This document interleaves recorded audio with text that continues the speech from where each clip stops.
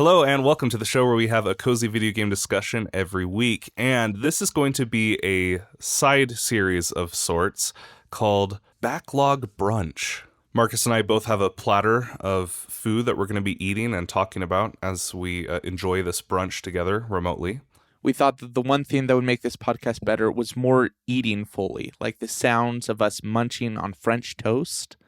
I know people love saliva ASMR, so yeah. Hey, it's a new scene. We want to break into it.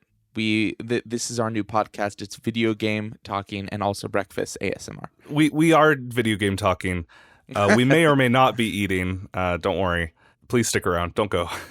Wait, come back. It's like half of our listeners show just tuned out after that. They're like, oh gosh, I don't like this. I don't like the direction this show's taking. Nope, not for me anymore. We're just getting together and casually talking about some of the games that we haven't had the chance to talk about together because we play a lot of games, and it actually takes a lot to do an entire episode talking about just one game. So this will be our chance to catch up, kind of share our thoughts and feelings, maybe throw in a few star pieces and quick jabs as we go. And then at the end of the show, we'll be announcing who won our DREDGE game giveaway. Is that right, Jared? That is right, because we received a lot of really, really creepy undersea creatures that I wish I could unsee. So I'm very excited to award the DREDGE code to one of our listeners. I was surprised. I thought it was us mostly just goofing when you said, oh yeah, send us creepy things under the sea. No, it's a nightmare down there. I don't know if you guys were aware, but it's real bad. Someone should make like a horror version of the song Under the Sea and just a minor key. It's slowed down 50%. That by itself would probably be as he creepy. names the undersea creatures, it gets more and more grotesque and horrifying. Yeah, very exciting. Stick around. Yeah. So to start off, we have a recent release, Metroid Prime Remastered. This is a remake of the GameCube title, which, a year ago, Metroid Dread was announced, and I kind of got into the Metroid mood, and I started buying up all the old games, including the trilogy for Wii, which I think was a good purchase, except I spent about $90 on it, and so now I feel just silly, because there's a better version now. You don't have to announce that, Jared. You didn't have to tell people. Well, they know now. I need to be held accountable. I want to listen back to this and be like, Jared, you idiot. No, I'm not. I don't regret buying them, but I had started the first game and I ended up not completing it. And now that the remaster came out, it's like, okay, we're gonna go start to finish on this new, beautiful looking title for the Switch. I don't know if you've seen the graphics, but I've seen side by side comparisons. Okay, yeah, it's good, and I don't even think it looks that good in the videos, like on YouTube. I think it looks really good when you're playing it, though. Just some of the textures on the walls look legitimately like a next-gen game.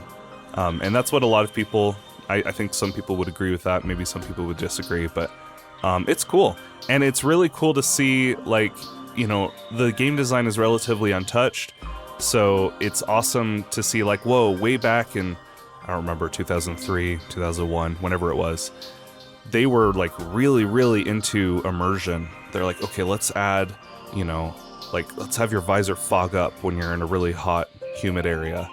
Or let's have rain droplets. Or when you fire a missile blast and the explosion is close enough, let's see a brief glimpse of the reflection of your face. And great sound design. Awesome. Everything you've heard about atmosphere in Metroid games can be applied here. I thought it was great. Didn't love the backtracking. I know that's a hallmark of Metroidvanias, but in the 2D games, it doesn't take that long to get to, an old area. In this game, it takes a real long time because it's first person and you're jumping on platforms and sometimes you miss because it's first person. So it's actually a little tedious. There's one room where I kept falling down time after time and just couldn't make my way out of it. And so that was a little frustrating. But apart from that, really enjoyed it. Any questions? I do have questions. So since you recently hopped on the Metroid train, yeah. Hey, I like it. Woo woo. Man, I'm so funny. Do you feel like that affected your experience, the fact that you replayed the Prime games recently? Like, do you think that highlighted more of the graphical differences to you? It wasn't that recent.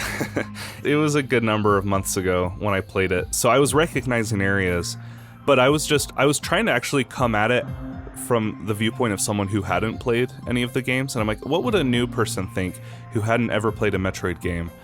And I was like, yeah, this looks really good. Because it's not a typical first-person shooter, right? It's not ducking behind cover and making sure to reload, and there's none of that. It's more puzzly. It's more exploration-based. The combat it's different. And so as I played, I was like, yeah, I could see this game coming out today. And I mean, it did. But like, I could see this not being a remake. I could see this not being a remake and coming out today and being like, wow. In terms of mechanics and stuff, yeah. I'm like, if Prime 4 looks this good, like, perfect. Like, it doesn't have to go any further than that, you know? Yeah, and that's my other question. Does this feel, just your guess, do you think that this is like a reminder of, hey, you should love Prime because Prime 4 is coming out? Do you feel like this is a large ad at all for maybe a new Prime game? Oh, for sure. Like, the worst thing they could have done is not mention the old Prime games and then releasing Metroid Prime 4. Like, and they've done that. With Dread, there was no legal way, unless you owned a Wii U, there was no currently legal way to play the previous Metroid titles in the series. Like, you had to track down physical copies of the 3DS game and the Wii U, get the GBA ones, and the originals, I guess, are on NSO. But so I was very, very happy that they released it. It'd be cool if they could release 2 and 3 before 4. I don't know if they're planning on doing that. But yeah, totally. I think this will totally drum up the hype for people who were on the fence about Prime 4. And they need that because, Prime 4 has been rocky and canceled and uncanceled and, many, many years in the making. Production limbo, so to speak. But that's my thoughts on Metroid. Fun game. I understand you've been playing an indie title recently that I have heard of, but have not played much. Yes, speaking of trains. Oh, sorry. I should have let you segue. I'm sorry. No. It's all good. Speaking of trains, Monster Train. We already did a triple-decker deck builder extravaganza. We did indeed. It was Griftlands, Slay Spire, and Dicey Dungeons. Yep. This one is also a deck builder, and I really got into it. I got into the loop. I played a lot of hours of this game. It was a month or two ago. But yeah, so in Monster Train, you are the forces of the underworld fighting against seraphs and angels. That's all I remember about the lore. It's not really about the lore, but you're on a there's train. There's not really any deck builder that's about the... I guess Griftlands is story-focused, but... Yeah. Yeah. But yeah, no, this is definitely mechanically focused. So, essentially, like most deck builders, you have a deck, you have a hand. On your turn, you play cards to defeat enemy troops. The train you're on is actually like a triple-decker train, and then the enemies start on the bottom of the train, and then each turn they move up one towards your pyre, which is like your home base. Your health is at the very top of the train. So this onslaught of enemies come, and you place your units in different places. What I think makes this interesting mechanically, or one of the top selling points, I think, is that at the beginning of a run, you choose 2 factions to play as, 2 factions to build your deck as. So those 2 factions determine what your starting cards are and what card drops are going to be in that run.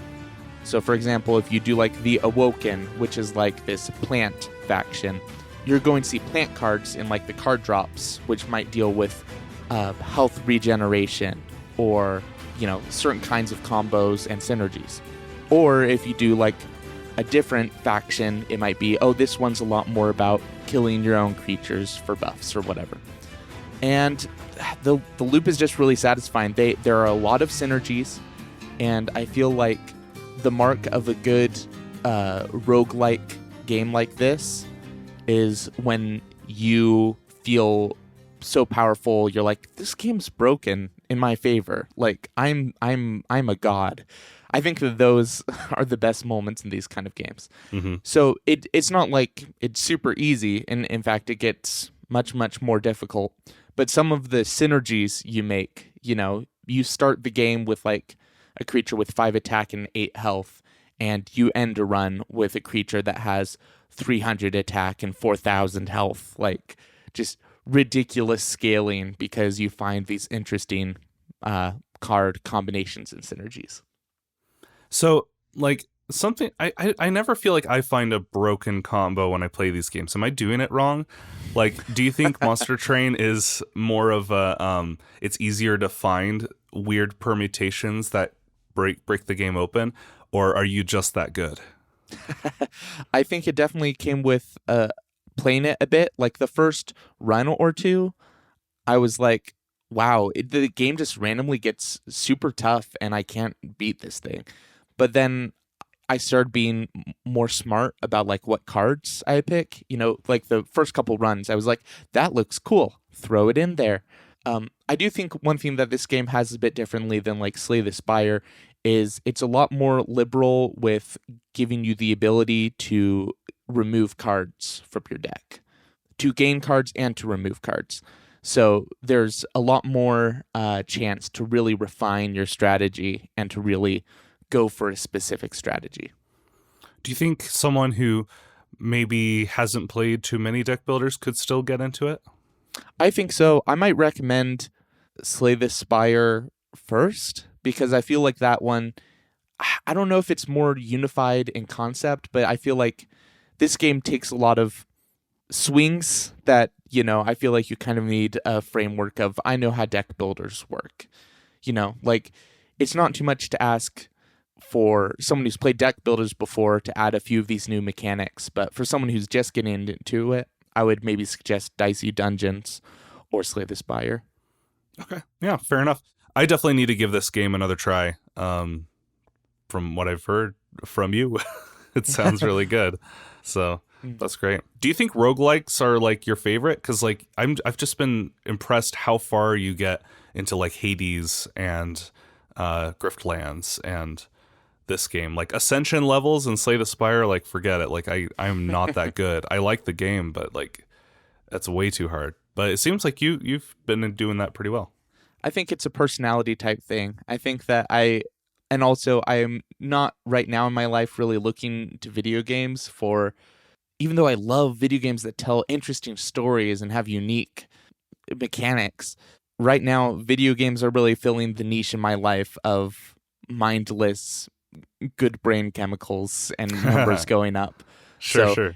And also it's quicker to like do a single run of, you know, a game that's going to take 20 minutes rather than sink an hour or two into a 40+ hour experience. So yeah, fair enough. But which I know you've talked a little bit about before. But speaking of 40-hour+ experiences, you have been playing Hogwarts Legacy. I did play Hogwarts Legacy. Woghart's Galaxy. What? Yeah, so Harry Potter, big IP. What does a company do when they spend a lot of money? They play it safe. So they go for whatever the most current popular genre is. And if this was, you know, early 2000s, that would have been a 3D platformer. But today, it's all about the open world games, right? We saw those numbers of how well Elden Ring and Breath of the Wild did. Like, it only makes sense to do a big open world. And for the most part, I think they actually stuck the landing. This is actually a really good one of those. Especially the opening of the game. Like, the opening is so strong. Basically, you spend like 2 minutes learning the story, and then a dragon attacks you. It's great. More games should have a dragon that attacks you within the first 2 minutes. That's how you start a video game. Dare I say it, every video game should have a dragon that attacks you in the first 2 minutes. Yes. Yeah. You listening, Pikmin? I don't know. I was trying to think of an unlikely series. There were a few moments in this game. So my wife loves Harry Potter. She loves the books. And watching her play was pretty much just as fun as trying out the game myself, because you can just get lost wandering around this giant castle for, you know, ever. They say you're like, wait, where am I? And trying to, like, you know, get a mental map going takes quite a while before you start to feel comfortable, which is great. They have that sense of scale and scope, and of course they have waypoint markers if you get lost that'll help you. But So every now and then there were moments like that where I'm like, yeah, wow, yeah, they know what fans wanted, this kind of escapist fantasy of enrolling at a school. You get to choose your house, you get to choose your wand, you get to choose your appearance. So I think it was pretty good. It would have been cool to see them take a few more risks as far as the open world stuff goes. Like, once you actually get out into the world, you start to recognize, oh yeah, okay, little bandit camps here and there, and oh, okay, a little shrine puzzle now and then, and you trade those to level up in certain things. But yeah, as you progress and learn new spells, it feels very empowering, and it was a good time. It was fun. You know, I think I am going to try out this game. It'll probably be in a few months when I can get my hands on a copy and also have the time to play it. But I've heard a lot of good things about it. It is really interesting to think about open world games generally and figure out which mechanics have really like solidified themselves in the genre, and which ones that's because like, oh, this is best practices, and which ones are, well, everyone else is doing it, you know? Right. So I'm interested to see the genre progress and see maybe some game is going to take a big swing and realize, oh, everyone should have been doing this. Or once we ditched this whole idea, the genre moved forward. We've talked about this before, but Breath of the Wild was my first open world game. So I didn't realize just how good of an open world game it was. Right. All I was thinking of was how good of a Zelda game it was. And now that I've played other open worlds, I'm like, oh, that's why people were so crazy about this game. Because there's no waypoint markers. There's not much like guidance. Objectives They don't litter your map with markers. You have to put your markers. It's way more open than most open world games. And it's landmark based. Like, you have to decide yourself where to go, rather than, okay, next objective this way, I'll go this way. Like Hogwarts Legacy, there's some cool vistas. Like, I took a few photos, it was awesome, but like there wasn't any parts where I'm like, oh, what's that thing over there, I'm gonna go over there. It was, okay, there's a camp nearby, I'll go there because there's a map, a map icon telling me to. And Horizon and the Assassin's Creed games are basically the same, and now that I've started playing those, I'm like, oh yeah, they all are kind of similar. I wish more would do it like this. And the game didn't, by the end, it got a little tiresome. But like I said, really strong beginning, really fun. I like how violent your little student from Hogwarts is. Like, you're just bashing enemies into the ground and exploding them in bolts of lightning. And you walk away from that camp saying, it's shameful what you do to helpless beasts. And you're justifying this manslaughter you're committing everywhere. And I just think it's silly and fun. I never thought I'd see the day where Jared would say a sentence such as, I love how violent you get to be in this game. That's not something I would usually say, but it's like, in a game that's not very violent, it's funny how violent some of the death animations are. Oh my gosh. I'm imagining now taking like just some random game and just adding one of the like kill animations from like, I don't know, Gears of War. Is that one of the games that has the violent kill animations? I think so. I don't know. Like adding one of those into a game like Hogwarts Legacy. So you're like, just randomly one time you're like, whoa, whoa, whoa. Oh my gosh. Hey, but speaking of violent, let's talk about Curse of the Golden Idol. Sure. I mean, works as well as any other segue. Why not? Would you like me to kind of explain this give one? give us the lowdown, because you and I played this game together. And I'm happy we did. Yeah, it was a really excellent time. Jared and I love detective games, and that is essentially what this is. It could have been made 20, 30, maybe even 40 years ago. I don't know how old video games are, but that feels about right. But it actually came out last year. Yeah. In the case of the Golden Idol, you are given these murder scenarios, these vignettes of different murders, and it is kind of like a point-and-click type look to things. You click on people to see what they have in their pockets, and like desks to see what papers are on them. And you collect evidence which comes in the form of words. So like you click words on books or, names that you see in the environment. And then to solve the mystery or mysteries, it's not just murder mysteries, but also some other peculiar things going on. It's like 1700s era. You're given these large statements with tons of blanks that look really intimidating at first, like blank blank killed blank blank by blank blank blank, and blank blank was blank. A lot of censorship there, Marcus. I know, yeah, it's really quite vulgar. Lots of expletives everywhere. No, I'm just kidding. Keep going. And then you fill it in, and one of the coolest parts about it is you really do feel like you are solving the mystery, because by the end of it, you're like, oh, I know what all of these blanks are supposed to be. And then you fill them in, and then you go on to the next scenario, and there's an overarching plot that connects all of the singular mysteries. Yeah, so each scene is like, a snapshot in time, right? It's a freeze frame. Right. And at first, it didn't really feel like these scenes connected, but by the end, it was really rewarding. Marcus would point out stuff that I hadn't noticed, that really how these threads tie together. And it just felt so cool to be like, whoa, we deduced that, like before the game told us anything.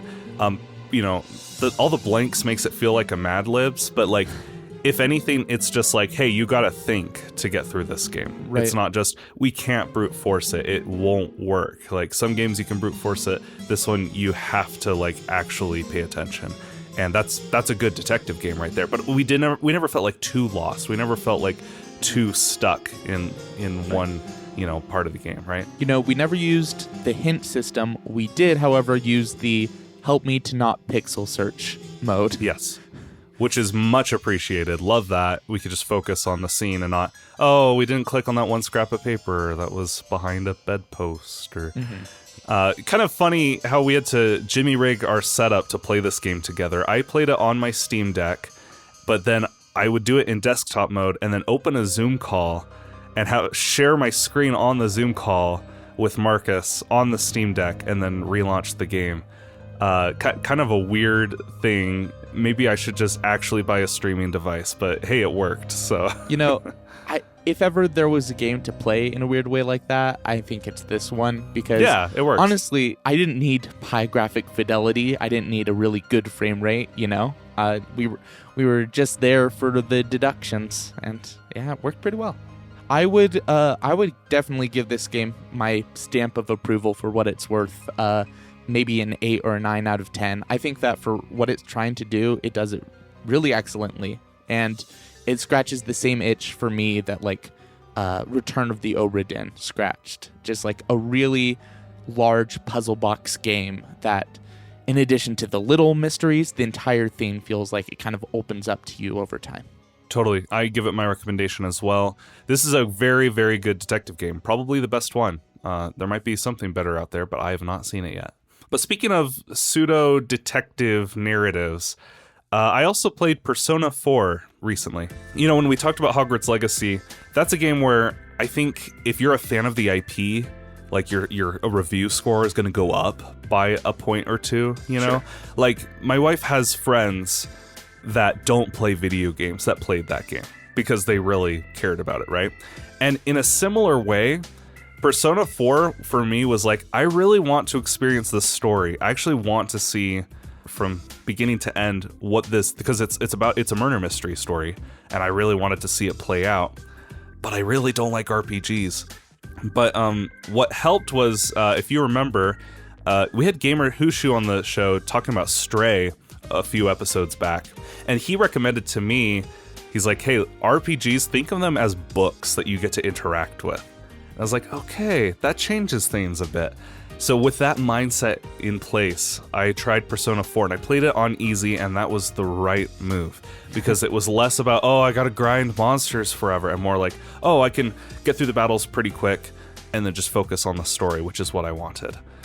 It still took way too long. It still took 85 hours or whatever, but I thought it was quite good. And I was surprised. It's, again, like Metroid, this game came out quite a while ago, and the voice acting is really, really top-notch. It was like a pretty engaging narrative. It was cool to see, oh, okay, the stories around these deaths that keep happening where people end up in like telephone wires and antennas, and it's like, how did they get there? How did they die? Cause of death unknown. And it's cool. It ends up being this kind of supernatural, I don't know what else to call it, just kind of a supernatural murder mystery that takes place over the course of an entire year.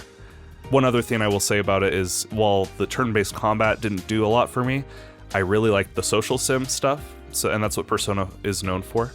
So just like, oh, I want to beat this ramen challenge at the store, and in order to do that, I got to level up my, I don't remember that, like my diligence, my courage, and my kindness. I need to level up those stats in order to beat that challenge. It takes a lot of effort. Or like, oh, I want to go hang out with this person, but I don't have enough. You don't have enough ramen noodles. Yeah, I don't have enough diligence to join the soccer team and get to know this person, and getting to know people levels up your stats in the battle. So it's a really lovely, engaging loop. I get why people like this game now. So happy I did it. I'm starting on Persona 5 now with Mariah, and that's been pretty fun. Very cool. Jared, have you played Yakuza Like a Dragon? I have not played Yakuza yet. I have it on the PlayStation, and I've been meaning to because it looks ludicrously funny and worth trying out. But why do you ask? Oh, just when you were talking about the life sim games being like, here I have this crazy supernatural, story, and what I was into was eating ramen. From what I've seen of whichever Yakuza game, I think it is Like a Dragon. I think that's the most recent one, and that one's a turn-based combat, while the other ones are like brawlers. Mm-hmm. But yeah, there's so much silliness in those games, like way more than this. This one, it makes sense. I'm a student. I need to study to level up my knowledge to do well on the test. But in Yakuza, it's like, oh, you beat our bowling challenge. Here's a chicken that can be one of your primary investors for this real estate mini game. It's just, bonkers. It's so funny. Yeah, definitely need to try that one at some point. Well, speaking of funny, this game has nothing to do with being funny. This game is about philosophy. Let's talk about The Forgotten City. Yeah, let's do that. So similarly, this is a game we played together by streaming it via the PS5. And tell us about it, Marcus. So this is a 3D indie game, originally a mod of Skyrim. Mm-hmm. So in this game, you find yourself trapped in a Roman-era city of about 20 people or so, and you learn that if one of them sins, the entire town is killed, is turned to gold. So it's kind of a detective game, kind of a story game. It's definitely story-focused. For sure. And a lot of the game is just asking the question, what counts as a sin? Which morality system is, best? How do you create a moral society? And in terms of gameplay mechanics, what you're doing is you're going around, you're talking to people, and you're figuring out what you can do for them. And it's a time loop. So whenever the golden rule, as they call it, is broken, you can restart the loop. Right, and you take what you gain with you. So if you steal something and trigger the golden rule, because stealing does trigger it and everyone starts turning into golden statues, you can quickly escape with whatever you stole into the portal, and then you still have that in the next loop. So there's a lot of little puzzles that involve having enough money. There's a lot of things where you need a certain thing, but it's impossible to get. So you have to risk taking it and hope you can get to the next time loop. And then likewise, there are things where, characters will react a certain way if you already have something that they technically should own, etc. Timey-wimey, very fun. Favorite part of the whole game for me is that they streamlined a lot, where there's a lovely, friendly character you see when you first enter the city at the start of each loop. And you can just give him everything and say, hey, go save this person's life, go buy this, and go talk to this person and tell them to do this. And he's like, whoa, okay. And then he goes off and does it, and it's great. It's like, oh, okay, I don't have to do all the tasks every single loop. I can if I want, or I can leave them undone.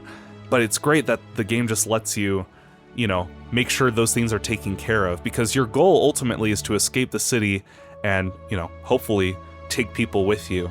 So I just love that. I thought that was an Yeah. excellent design choice for a time loop style game. Galerius is the real MVP for sure in this game. I wish that kind of mechanic was in Majora's Mask. Because in Majora's Mask, you can like go through this really lengthy like side quest of, helping two lovers get together. And it's like, oh, this is touching. Well, too bad I got to restart the loop and know that won't happen next time. Like, oh, I got a cool item. Well, they'll forget everything. At least I had the cool item. Yeah. In fact, this one doesn't have like a time system. It only has like triggers, which really fits, I think, for this style of game. It's not really concerned with like, oh, do you have enough time to do everything you want to do? It's more, are you in this spot when this happens? Like, you don't have to worry about that. Yeah. Instead, it's just if you made a certain choice one run, you might decide, oh, that wasn't the right choice for me to make to accomplish whatever. And you're right. I agree. It's not the most detective-y of detective games, especially compared to something like Case of the Golden Idol, like we just talked about, which requires a lot of deduction. This one, I think there's less of that involved, but the narrative was really engaging, and it was really cool to see certain twists play out. For sure. And yeah, it was a cool backdrop too, because you and I went to Israel last year, and we went to some similar Roman-style cities, and it was cool to see like the same architecture and some of the history that we had just learned kind of be in this culture. And I love also that you don't just meet Romans, you meet Greeks and Egyptians and other people among the town dwellers who have their own takes on things. You meet Christians, and a lot of philosophical debates, like what is a sin? What is, the correct way to lead, a bunch of people who are isolated, things like that. Really fun. Really cool. I'm glad I got, again, another game that I loved experiencing with you, for sure. I saw someone say that if you play this game, you leave it with a philosophy minor, which is great. I love games that make me feel smart, yeah. Yeah, well, yeah. They should have said, like, your philosophy brain age is 42 at the end of the game. Yeah, in game ads, if they would have done, like, only this % of people get, brain age, whatever. How good are you at the Socratic method? Find out. Well, thanks for joining me for this little brunch that we had together. Nom nom nom nom. Nomming on these excellent games. Nom nom nom. But we still need to announce our winner. So let's do some honorable mentions first, because, boy, we got a lot of nightmare fuel in our email inbox. Jared literally asked for it. Yeah, that's true. The telescope fish. That one is freaky deaky. It kind of looks like the weird Star Wars puppet. Yeah, the Star Wars puppet from, in Jabba the Hutt's palace. I don't know what those are called. Yeah. But that was sent by Slav On. So Slav On, thank you for keeping me awake for 2 nights straight. Appreciate it. Another honorable mention, Bear sent in the anglerfish, which we've all heard of the anglerfish. Sometimes you just got to stop and look it right in the face and realize what a nightmare it is. Like, it has like teeth on teeth. Teeth on teeth, the scariest eyes, like a face so wrinkled it's basically a shrunken head. And to top it all off, it has a little lure attached to it. Everything that, bases themselves off of an anglerfish and like tries to be some terrifying thing, they're correct. They're right. This actually exists, and it is terrifying. Right. But the one that edged out the others was sent in by Aiden, and they sent the sarcastic fringe head. And what a name. Which, number one, best name. Best name for sure. But also, I was not prepared when I opened that email either. This thing has like 3 sets of jaws that open up in different directions. Its mouth extends to be bigger than its head. And they were nice enough to send a Wikipedia article. And these, I guess, spar with each other using their mouths. And this just like, it looks like they're kissing, but they're actually fighting to the death. How else do I describe how disturbing it is? Whenever some fantasy authors like, I don't know, a horror author is like, let's create a creature that can do like this weird thing. Like so many things will have like jaws that open up in like 3 components or whatever. This is a real thing that really does open its mouth and it parachutes. It like, and it's large and well done. Mini applause for you, yes. Aiden. You're getting a copy of Dredge, so you and your sarcastic friend Chad can enjoy late nights. Enjoy meeting other aberrations and monstrosities. Just have a grand boy, old time. you deserve it. Oh yeah. Yep. That was fun. Hey, I want to do more giveaways on this show going forward. So if you are new to Level with us, stick around. We might give out some more indies and have some equally fun competitions. Hopefully less scarring ones for our sakes. I was pretty sure we were setting the precedent that every game giveaway is determined by send us the scariest picture. Us the scariest. Oh my gosh, no, please no. Send us the scariest picture of deep water fish. Even if the game is like a farming sim. Nah, I want to do something a little different if it for future games, but we'll see. We'll see. Check it out. Okay. Well, until next time, I'm Jared. I'm Marcus. And we'll level with you then. See you later.